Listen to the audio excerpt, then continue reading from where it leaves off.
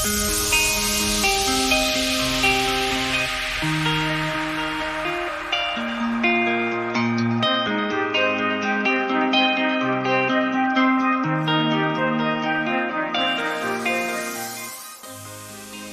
guys! Welcome to the next episode of The Adventures of Artemis and Athena. I'm Artemis. That's Kylo Ren. No, just kidding. That's Athena. And today, in case you can't tell, we're talking about Star Wars. Let's get it out of the way right now. May the Fourth be with you. And also with you. Thank you. Okay. So we wanted to start out quickly by talking about our favorite ladies in the sagas, but really it's such an important part of our lives that... Important is probably an understatement.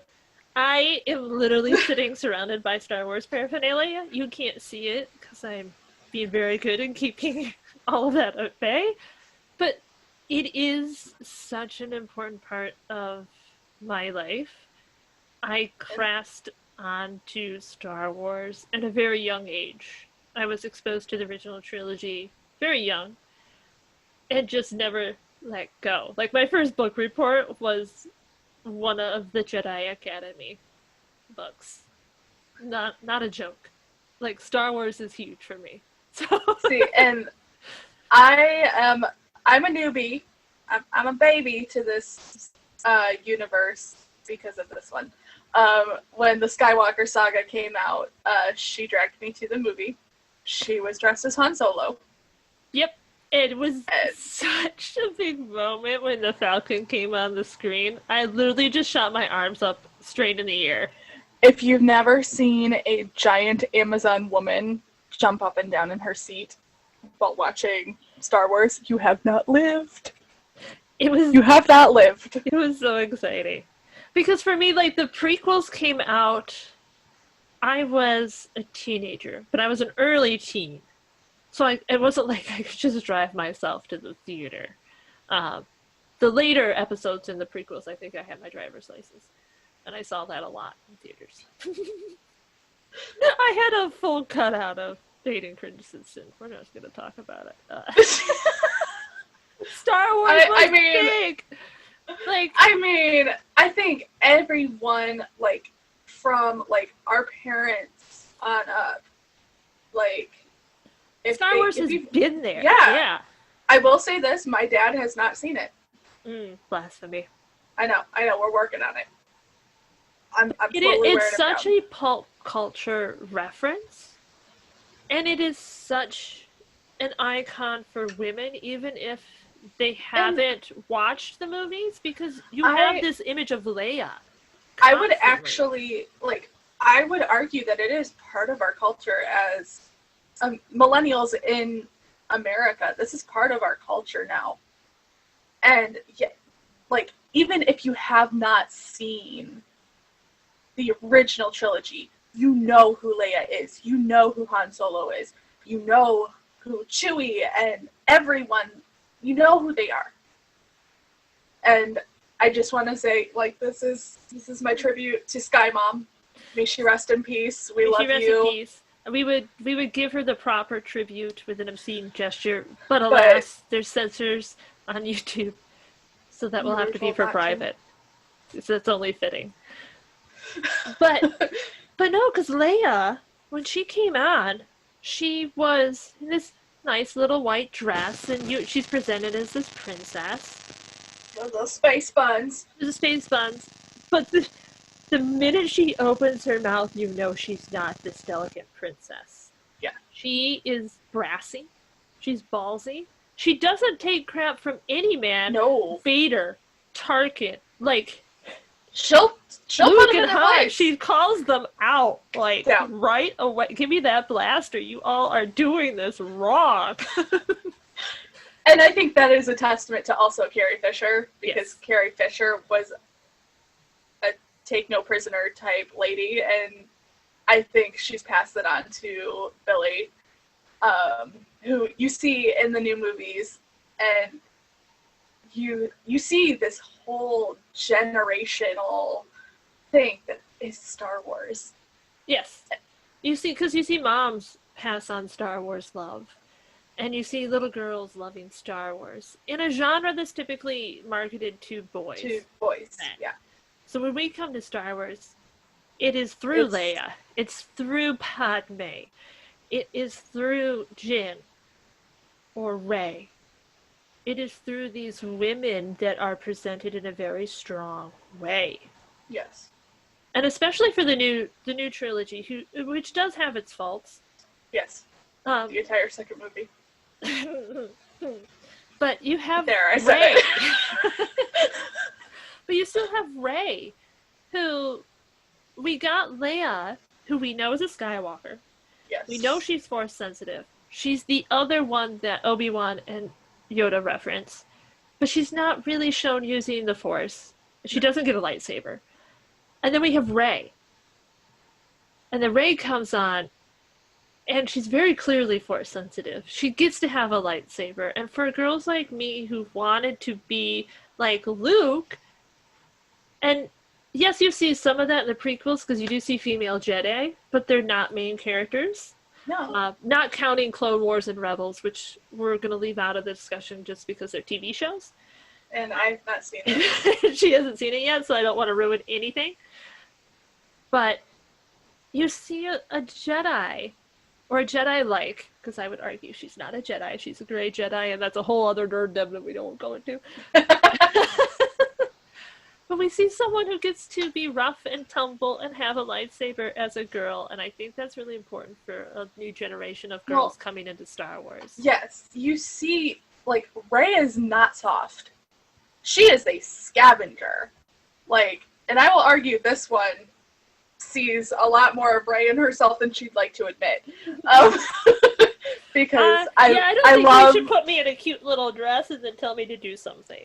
I love this one dearly, but she's very rough and tumble. And I think that is a testament to the spectrum of women you see within the Star Wars universe. You have the Leia Organas, who are the politicians, the generals, the very strong, stoic leaders. And then you have the Reys, the scrappy young, I'm going to go raise some cane and call it a day.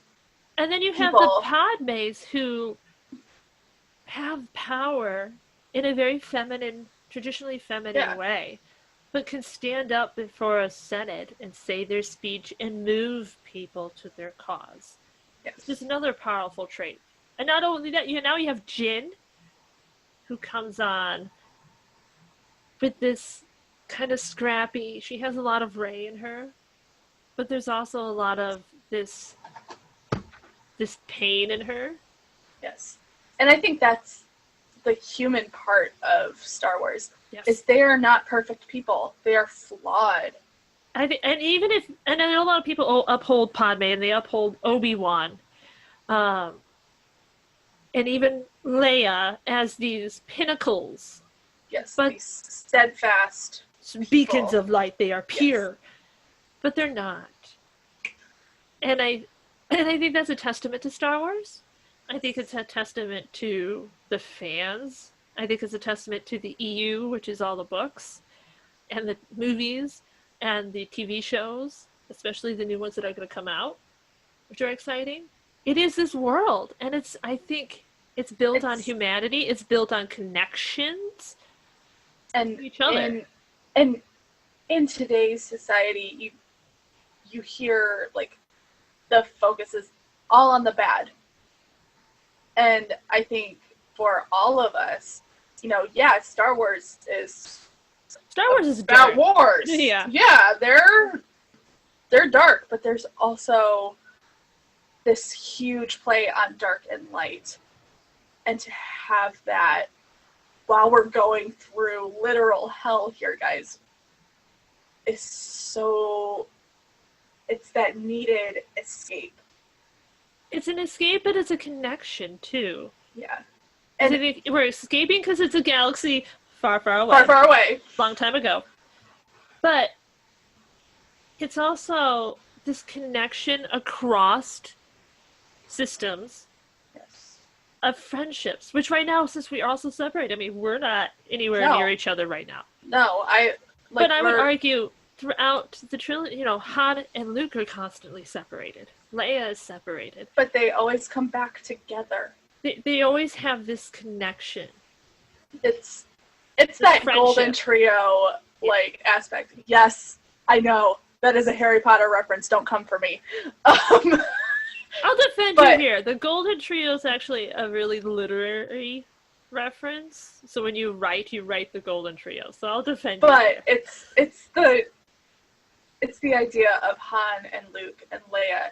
Yes, they could be separated by galaxy systems, but at the end of the day, they're gonna jump into whatever spacecraft they need to get back home to each other. And I think that's important. It's that friendship. Yeah. The friendship saves the galaxies. I mean, the prequel, the friendship breaks the galaxy, but we had to get to Darth Vader. So you need that brokenness to bring the Golden Trio together, to unite them into saving the galaxies. And the fact that it really has strived to be a reflection of culture. Yes. I would argue Finn deserved a lot more in the last movies. Okay. But I'm really glad that he is there. Yes. And I'm really glad that Poe is there. Yes, because you do see Cassian. You see the parallels between Rey, Poe, and Finn with the original three.